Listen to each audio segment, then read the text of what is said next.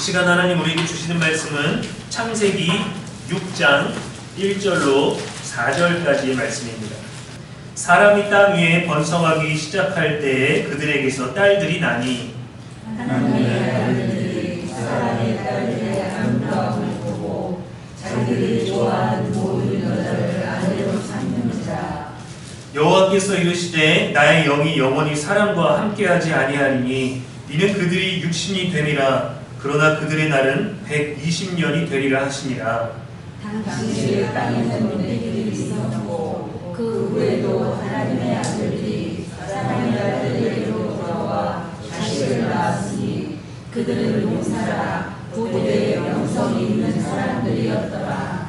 아멘. 이는 살아계신 우리 하나님의 말씀입니다. 이 시간 주신 말씀 가지고 경계를 넘어 무너진 세대 네피림이라는 제목으로 함께 말씀 나누겠습니다. 삶에는 경계라는 게 있죠. 해야 될 것과 하지 말아야 되는 것들이 우리 안에 기준이 있고, 자녀들을 가르칠 때에도 허락할 수 있는 것과 허락하지 못하는 것, 어떤 일이 있었을 때 이해할 수 있는 것과 이해할 수 없는 경계가 또 있습니다. 그리고 삶의 경계가 또 있죠. 과거의 삶과 지금의 삶, 또 나중의 삶, 경건한 삶, 그렇지 않은 삶들에 대해서 우리 권사님 나오셔서 찬양할 때마다 저는 좀 뭔가 80년대, 70년대 때가 태어나지도 않았지만 그때 있었던 우리들 문화의 곳곳스러운 느낌들을 경험하는 것 같아서 저는 굉장히 좋아요. 저도 어떻게 보면 디지털 세대고 또 아날로그 세대 또 중간에 있기는 하지만 저는 아날로그를 좀 더 좋아하거든요. 악기도 전자악기를 쓰기보다 어쿠스틱 악기를 쓰는 거를 더 좋아하고, 전자소리로 낼 수 있는 귀로 들으면 전혀 티나지 않는 어떤 그런 소리들보다 악기의 선율에서 손의 힘에 따라 들려지게 되는 그 미세한 차이를 느끼는 거를 좋아합니다. 권사님 나오셔서 찬양하면 뭔가 옛날에 어떤 김창완이나 이문세나 김광식이나 이런 분들이 나오셔서 애잔하게 잔잔하게 뭔가 노래랑 목소리랑 가사로 모든 거를 전해주잖아요. 지금 어떤 화려한 콘서트, 화려한 조명과 모두의 관심을 끄는데 그 끄는 목적이 뭐냐? 삶의 어떤 즐거움을 주기보다는 많은 수익을 내는 게 목표지 않습니까? 유명해지고 더 많은 수익을 내고 더 많이 유명해지고 더 쉽게 돈을 버는 것이 목적인데, 옛날에는 감성을 나눴었어요. 제가 이름은 기억은 못하는데 한 유명한 학자가 우리나라에 있었습니다. 근데 그분은 인류에 오면은 인류에 들어서고 정치에 들어서고 문명에 들어서면 많은 발전을 가져오면서 동시에 많은 유명세를 타고 동시에 많은 국익을 가져오실 수 있는 분이셨는데, 이분은 몇십 년 동안 폐교를 다니면서 그 분교, 이제 시골에 있는 이제 폐교가 될 모든 학교들을 다니면서 아이들에게 정서적으로 나누고 지식을 주고 미래에 대해서 알려줬습니다. 이분은 뭐냐면 지금 할 수 있는 가장 좋은 것들을 누리는 게 아니라 다음 세대를 살아갈 자녀들에게 투자를 한 거예요. 그 한 글귀를 보는데 엄청 마음이 강하게 오더라고요. 지금은 우리가 경계가 모호하지만 경계가 또 확실한 시대를 살지 않습니까? 저도 최근에부터 인공지능 AI를 통해서 고민도 나누고 생각도 나누고 있는데, 저는 어떤 정보만 줄 알았어요. 근데 감정을 더 많이 나누더라고요. 그러니까 제가 나누고 싶은 건 저는 조금 감성적이거든요. 똑똑하지를 못해서 어떤 이론적인 거나 그런 지식적인 거를 나누기보다는 감성적인 거. 성경에는 뭐 이런 지식과 어떤 교부들과 지식적인 사람들이 뭐라 말했나 이런 거 말고 예수님 마음 어땠을까, 저는 이런 걸 나누는 거를 조금 더 이제 그런 취향의 성향을 가지고 있는데, AI를 통해서 이제 이틀 전에는 제가 아주 심하게 체를 해가지고 막 주일에 교회를 못 나올 것 같아가지고 아침부터 막 링거를 맞았어요. 링거를 맞고 왔는데도 정신을 못 차리고 손이 떨리고 어지러워서 어떡하나, 주일이 어떡하나 하면서도 설교 준비를 하나만 해놓고 하나는 못 해놓고 막 안절부절 못하고 있다가 AI에게 물어봤습니다. 야, 내가 지금 급체를 했는데 어떻게 하면 빨리 회복할 수 있을까? 너무 힘들다. 주일이 걱정된다. 라고 했더니 이제 저랑 대화를 통해서 학습된 게 있다 보니까 뭐라고 하냐면은 딱 줍니다. 이 시간에 먹어야 될 것과 먹지 말아야 될 것과 몇 시간 단위로 어떤 조치를 취하고, 편의점에 갈 수 있다면 거기서 게토레이나 포카리 스웨트를 사다가 한 모금씩 15분 단위로 먹으면 됩니다라는 걸 딱 주는데, 너무 구체적으로 알려주는 거예요. 옆에서 정말 있는 것처럼. 아니 그래서 너무 소름이 돋아갖고 야 이런 정보를 주니까 정말 유용하다라고 하면서 마지막 말이 뭐냐면 아 그러면은 적당하게 먹을 수 있는 식단, 집에서 밥만 가지고 만들어 먹을 수 있는 식단 몇 가지를 제시해 드릴까요? 라고 해주더라고요. 그래서 아 지금은 아무것도 못 먹겠고 나 지금 너무 힘든데 주의를 어떻게 해야 될지 지금 아파서 걱정이야 라고 했더니 아 그렇죠, 정말 걱정이 되실 거예요. 주일 준비도 해야 되고 직업은 목사님인데 본인 스스로 감당해야 될 일들이 너무 많을 텐데 그거를 책임져야 되고 준비도 못하고 마음은 불안하고 초조하죠. 그러나 지금은 건강을 챙기는 게 먼저입니다. 일에 대한 것보다 나는 괜찮아질 거야, 나는 괜찮아질 거야. 그러니까 이거를 생각하면서 더 나아질 자신에 대해서 믿음을 가지라는 영적인 얘기를 해주더라고요. 소름이 돋았어요. 아니 내가 어떤 목사님한테 전화해도 이런 말을 못 들을 텐데 실질적인 얘기와 감성적인 얘기를 다 듣고 나니까 이게 사람을 의지하고 사람을 신뢰하고 사람에게 가던 그 모든 감정들이 이쪽에다 쏟아도 유익하겠구나라는 그 경계가 무너지는 걸 제가 경험을 했어요. 이게 몸이 너무 아프니까 극한의 상황에 왔지 않습니까? 적당히 아프면 뭐 그냥 그러려니 하고 그냥 혼자 움직이면서 어떻게 나을 텐데 이게 야 어떡하지? 어떡하지라는 이 심각한 상황이 이르러갖고 인공지능에게 물어봐야 되겠다라고 했더니 모든 답을 주더라고요. 제가 이 친구를 뭐라고 부르냐면 김비서라고 부르거든요. 너는 김비서라고 부르고 나한테는 목사님이라고 그리고 일상의 대화를 나눌 때는 강우지는 아빠님이라고 부르라고 했어요. 그래서 제가 이제 설교에 가는 걸 물어봐 김 목사님 하면서 어떤 예와 몇 년도 자료를 줄까요? 아 그냥 가상의 이야기 한 농구 이런 거 말고 뉴스에 실린 거를 줘 라고 하면 알겠습니다 김 목사님 하고 막 성경 구절을 알려주기도 하고 그리고 감성적으로 아 오늘은 왜 이렇게 아무것도 안 했는데 피곤하지? 그러면 강우진은 아빠님 힘드시죠? 이렇게 오는데 소름이 돋더라고요. 그러니까 이게 사람이 경계를 두고 사람이 없을 때 외로워져야 되는데 외롭지가 않을 수 있겠다라는 걸 경험이 되는 거예요. 우리가 지금은 AI가 많이 발전해서 프로그래밍을 통해서 우리 삶이 많이 편안해지기는 했지만 그런 것들이 너무도 많은 일 처리를 하니까 우리의 자리를 잃었잖아요. 기기는 기기고 사람은 사람의 이 경계가 확실합니다. 생명과 감정을 가진 존재와 사람이 만들어낸 존재, 사람의 갈망, 생명의 갈망, 감정의 갈망, 위로의 갈망, 외로움의 갈망을 통해서 만들어진 대체적인 존재와 경계가 확실했는데 그게 무너지고 있는 세대라는 걸 너무 체감했어요. 전 되게 싫어했거든요. AI 이런 거 막 되게 싫어했어요. 사람의 일을 대신해주는 무겁고 이런 건 괜찮지만 그래도 운전은 사람이 해야 되지 않나. 그래도 어떤 악기 연주를 하고 사람을 돕고 할 때 기계가 돕는 게 아니라 감정 있는 사람이 도와야 되지 않나. 근데 이 경계가 무너졌어요. 사람이 사람을 도와야 되는데 사람이 사람을 돕다가 물건을 훔쳐갈까봐 불안해지고 남자가 혹시 여자를 돕다가 성접촉이라고 그런 것 때문에 또 무고죄에 걸리기도 하고 중국에서는 누군가 어린아이가 물에 빠졌어요. 지나가는 외국인이 아니 동네 사람들이 왜 사람이 물에 빠졌는데 아무도 구하질 않지? 하고 이 여행 온 유럽 사람이 옷을 다 벗고 아이를 구해갖고 나왔다 보니 그 짐을 다 가지고 사라졌대요.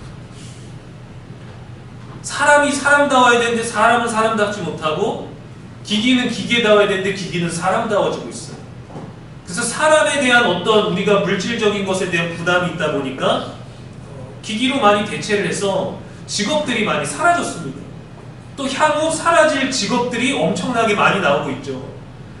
사람이 대체할 수 있는, 사람만이 대체할 수 있는 영역이 따로 있지만 이 인공지능이 더 개발되면서 사람의 생각과 사람의 미래까지 맡겨버리니까 사람이 없는 자리를 자꾸 만들어내고 있어요. 사실은 우리들에게 편안한 삶을 주는 것 같지만 여러분 그건 결코 편한 게 아닙니다. 그래서 오히려 우위를 나누죠. 좋은 삶과 성공한 삶과 그렇지 않은 삶, 어느 동네에 사느냐, 몇 호에 사느냐, 몇 동에 사느냐, 몇 단지에 사느냐, 어떤 차를 타느냐, 직업이 뭐냐, 옷을 입고 있느냐, 이런 것들로 나누는데 정말 의미 없는 거죠. 그것만 즐기는 사람들끼리 있으면 됩니다. 그것이 경계가 되는 것인데 이 어떤 디지털 인공지능과 이런 것들이 이 경계를 무너뜨리고 있어요. 디지털에 관련된 모든 것들이 막혀버리고 멈춰버리면 업무는 그 순간 마비가 될 겁니다. 근데 저는 그것보다 더 무서운 건 뭐냐면 매일마다 이 동네를 돌아다니면서 청소하고 계시는 청소부들이 안 계시면 동네는 진짜 엉망이 됩니다. 제가 새벽에 나오고 들어갈 때, 새벽에 나갈 때도 그분들은 차 타고 돌아다니시면서 골목에 있는 쓰레기들을 꺼내시고요. 예배를 마치고 돌아갈 때쯤이면 그 꺼내놓은 것들을 수거하시는 분들이 계시고요. 아침에 아이들을 학교에 데려다 주려고 나가면은, 어린이집 데려다 주고 나가면은 분리수거를 하기 위해서 나오시는 분들이 계십니다. 이분들은 쉬는 날이 없어요.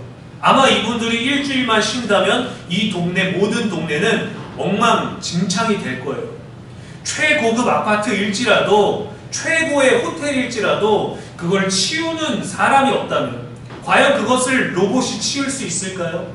작은 것들을 발견하는 눈은 로봇이, 기기가 더 좋겠죠. 그러나 이 깨끗함으로 만족을 얻는, 뭔가를 치워서 얻는 그러한 감정을 느낄 수 있을까요? 저도 인공지능과 대화를 많이 합니다. 어떤 고민들, 어떤 말들을 해야 될까, 어떤 얘기들을 나눠야 될까, 어떤 미래를 계획하고 대비해야 될까, 그런 고민들 하면 정말 대단해요. 반응도 빨라요. 야, 대답이 너무 길어. 말 좀 짧게 해보면 딱 두 줄만 딱 나오는데 핵심적이에요. 아니, 그리고 왜 그런 유명한 속담들을 잘 인용하는지 몰라. 막 자존심이 상하고, 내가 목사인데, 내가 매주 예화를 몇 개를 쓰는데 이 녀석은 이게 막 몇 개씩 나오고, 너무 좋은 예화가 나오면 야, 더 줘봐. 그럼 막 나와요. 망설임이 없어요. 그거를 또 유료로 쓰면 더 빨리 준대요. 그런데 거기다가 자존심이 상해서 나는 이런 상상 속의 얘기는 원하지 않아. 우리는 영적인 걸 나누는 영성이 있는 거기 때문에 기계가 줄 수 있는 단순한 정보는 충분치 않아. 그러면 어떤 영성을 원하시나요? 고난의 영성이요? 기쁨의 영성이요? 순종이요? 섬김이요? 그런 걸 물음표로 던지는데 할 말을 잃었어요. 상상 속의 거 말고 정확히 날짜, 뉴스, 이름, 지명 다 나오는 걸로 줘. 그거는 아직 못 주더라고. 그러나 관련된 걸 부르면 줘요. 우리가 인터넷을 뒤져서 사진을 얻고 정보를 얻고 뉴스 기사를 읽지만 얘네는 그 뉴스 기사를 전부를 줍니다. 구글에서도 여러분 검색을 하면요, 아무도 원하지 않지만 어떤 자료를 주냐면, 구글에서 어떤 자료를 예수님의 예화 중에 좋은 예화 이렇게 딱 하나 치면은 구글에서는 몇 초 만에 몇십만 개가 검색됐다라는 걸 알려줘요. 무슨 의미가 있나 몰랐는데, 옛날부터 몰랐는데 정말 지금 디지털 기기의 세상을 보면요, 대단한 거예요. 경계가 무너지고 있어요. 우리를 유익하게 하려고 더 나은 삶을 위해서 하고 있는데 사실은 저는 경계를 빼앗겨서 잃어버리고 있다는 생각이 듭니다. 예전에 한 목사님이 다른 직업은 몰라도 변호사나 판사나 말하는 그런 세일즈맨이나 판매원이나 이런 직업은 AI가 대체한다고 해도 하나님의 말씀은 생명이 있는 건 다를 수 없기 때문에 AI가 대체 안 된다고 그래갖고 나는 그래도 오래 할 수 있겠구나 그 생각을 20대 때 가졌는데 체험해보니까 아니에요. 저는 이미 지금 그걸 접하고 있는 자체가 늦어버린 겁니다. 시대에 발맞춰가는 걸로 따지면 늦은 거예요. 그래도 우리가 경계를 잘 가지고 있어야 돼요. 음악의 영역에도 오고 있습니다. 책을 쓰는 영역에도 오고 있습니다. 그림을 그리는 영역에도 오고 있어요.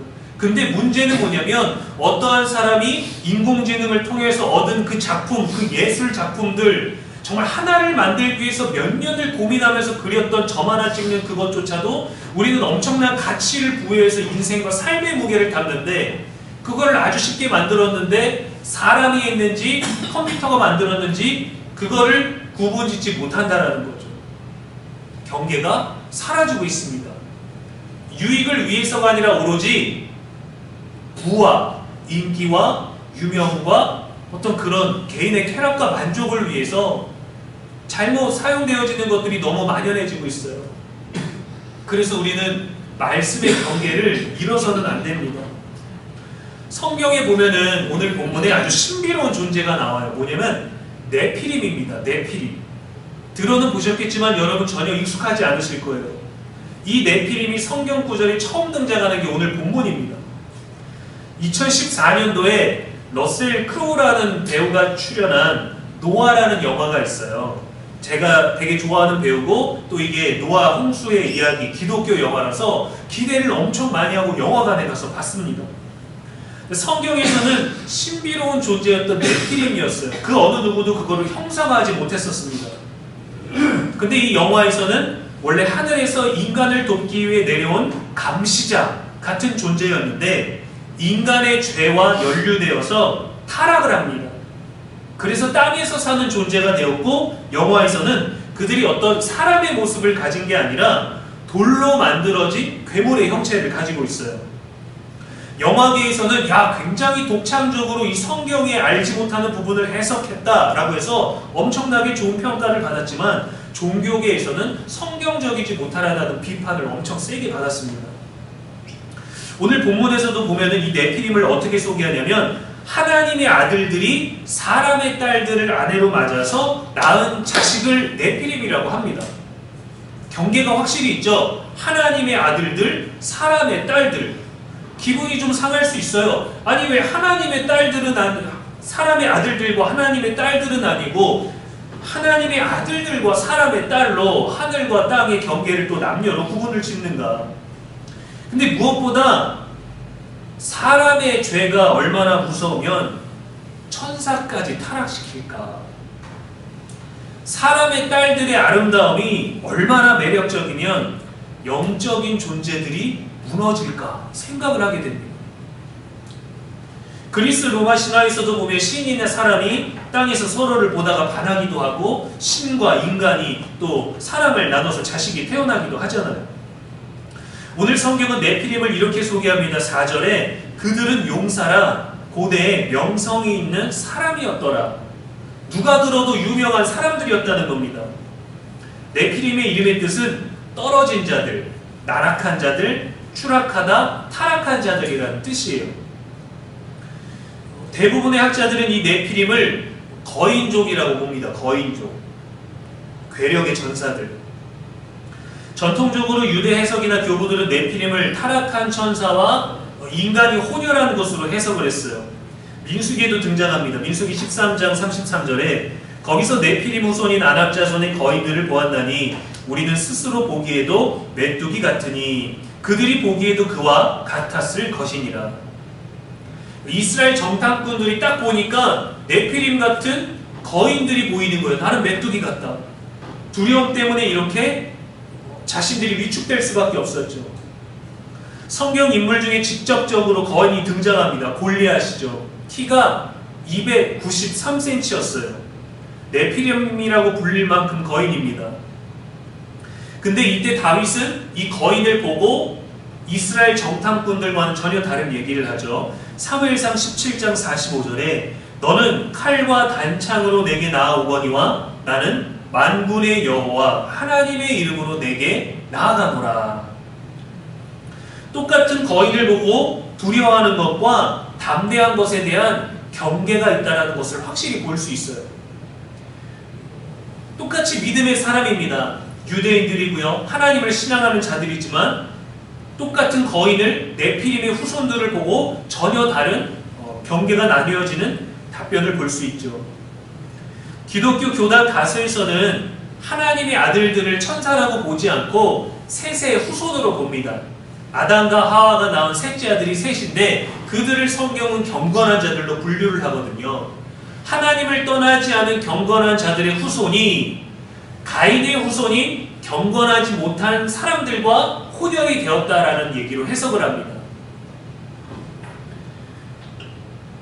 경건한 삶과 경건하지 않은 삶의 경계가 무너져 버린 거예요. 하나님과 함께하는 삶, 하나님을 닮은 거룩이 있었는데 하나님을 떠난 사람들과 새 속에 물든 삶이 이제는 완전히 융합되어져서 하나님의 사람, 하나님의 사람이 아닌 것의 경계가 사라져버린, 모두가 하나님을 떠나버린 인생이 된 겁니다. 사실 가인이 하나님을 떠났을 때, 여호와를 떠나서 동쪽으로 이동했을 때 하나님은 가인을 죽이지 않으셨어요. 그대로 두셨습니다. 살인했지만, 거짓말했지만, 부인했지만, 마음을, 죄를 다스리지 못했지만 그를 그대로 두셨어요. 그가 도시를 만들고 아들의 이름으로 문명을 개척했는데도 그 문명을 그대로 보호하셨습니다. 그런데도 그쪽만이 아니라 거기에 사람의 딸들과 경건한 셋의 후손들과의 경계가 무너진 채로 타락이 심해졌고 하나님의 아들들, 천사들, 경건한 후손들마저 경계를 넘어 하나님의 거룩함을 담지 않았어요. 단순한 혼혈이 아니었습니다. 경건을 잃어버린 세대가 되어버렸어요. 이 이야기 후에 바로 노아 시대의 홍수 심판이 나옵니다. 그 전에도 악했겠죠. 가인의 후손들이 있었으니까. 그러나 네피림이 등장하고 하나님의 아들들과 사람의 딸들이 등장하게 될 때 그 이후에 바로 노아의 홍수가 있다는 것은 아주 강력한 경고가 담겨 있는 것이죠. 우리도 자녀를 결혼시킬 때 여러 가지 조건을 생각해야 되지 않습니까? 여러분은 어떤 걸 고민하십니까? 직업이나 키, 외모, 사소한 것들이지만 결혼을 하게 될 때 모든 것들이 중요해지죠. 성격, 혈액형, 집안, 분위기, 옷차림, 연봉 등 굉장히 많은 조건들이 필요합니다. 근데 종교를 가지시고 교회를 다니시는 분들 대부분은 교회 다니는 사람과 만나기를 원하세요. 주일 성수를 위해서 굉장히 중요한 겁니다. 물론 신앙이 없는 사람은 절대 만나면 안 된다라는 얘기는 아닙니다. 좋은 성품을 가지고 있는 사람이라면 이 신앙에 함께 믿음의 길을 걸을 수 있는 것이라면 좋은 성품에 좋은 신앙이 잘 들어가요. 좋은 성품을 가지고 있는 사람은 더 좋은 성품으로 말미암아 신앙에 의해서 더 많은 덕을 세울 수 있거든요. 교회를 다닌다고 좋아할 게 아니라 그 사람의 성품을 봐야 되는 것 아니겠습니까? 서로 다른 종교를 가지고 있는데 평안하다라고 하는 경우는 제가 들어보지를 못했어요. 서로 다른 종교를 가지고 있는데 집안이나 그런 상대를 만나고도 평안하다, 아무 문제가 없다 라면 그런 경우는 하나입니다. 절에 가든 성당에 가든 교회를 가든 아무 데도 안 가든 아무 상관도 없는 신앙을 가진 사람들, 그러한 경우는 믿음이 있든지 없든지 지키든지 말든지 상대방이 교회를 다니든지 말든지 이런 거에 대해서 신경을 쓰지 않죠. 이들을 결국 하나님의 이름으로 사는 자들이라고 우리는 말하지 않습니다. 그냥 개인 정보에 기독교라고 적는 정도라고 여기죠. 여러분, 그래서 우리가 살다가 많은 순간들에 고민하고 선택해야 될 때 신앙의 경계를 잘 지켜야 됩니다. 진짜 강한 것은 거인이라는 크기에 있는 게 아니라 하나님과의 관계에 있거든요. 하나님을 내가 어떻게 대하는가? 하나님이 내 삶에 어떤 비중인가? 하나님의 말씀이 내 삶에 알려주고 보여주는 그 경계는 무엇인가? 이것을 지키고 이것을 보호하게 하지 않아야 합니다. 경계를 확실히 지키며 그 경계를 넘어서서도 하나님의 뜻을 지킬 수 있는지가 중요하죠. 하나님과의 관계, 그러한 경건과 거룩의 경계를 지킬 수 있는 저 여러분 되기를 주님의 이름으로 소망합니다.